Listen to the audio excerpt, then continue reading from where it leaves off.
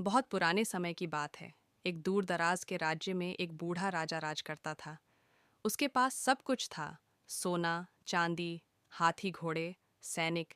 लेकिन एक चीज नहीं थी, सुकून। वो हर रात बेचैनी से सोता, कभी चैन से नींद नहीं आती थी। राजा ने ऐलान किया, जो भी मुझे चैन की नींद दिला सके उसे मैं आधा राज्य दे दूंगा। राजा के दरबार में कई हकीम, वैद्य, जादूगर आए, लेकिन कोई फायदा नहीं हुआ।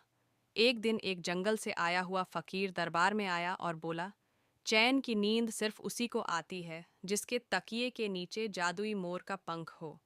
राजा ने सैनिकों को जंगल में भेजा कि वे वो पंख लेकर आएं, लेकिन मोर दिखता ही नहीं था। राजा के 3 बेटे थे। सबसे बड़े और मंझले राजकुमार ने कोशिश की, लेकिन वो जंगल की भयावहता से डरकर लौट आए। अब बारी थी सबसे छोटे राजकुमार की। राजा को उम्मीद नहीं थी, लेकिन राजकुमार बोला, मैं जाऊंगा, चाहे कितना भी खतरनाक क्यों ना हो। छोटा राजकुमार अकेले घने जंगल में गया। रास्ते में उसे एक घायल हिरण मिला। राजकुमार ने उसकी मरहम पट्टी की।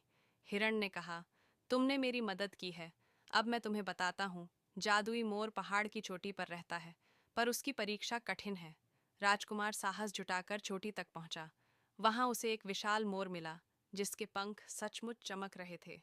मोर ने कहा, जो मेरा पंख लेना चाहता है उसे अपने भीतर की सबसे बड़ी कमजोरी बतानी होगी। राजकुमार ने कहा, मैं डरता हूं कि पिता मुझे कभी स्वीकार नहीं करेंगे। मोर मुस्कुराया, सच बोलने वाले को ही असली चैन मिलता है। लो, ये पंख। राजकुमार पंख लेकर लौटा। राजा ने पंख तकिए के नीचे रखा और पहली बार गहरी नींद सोया। सुबह होते ही राजा ने सब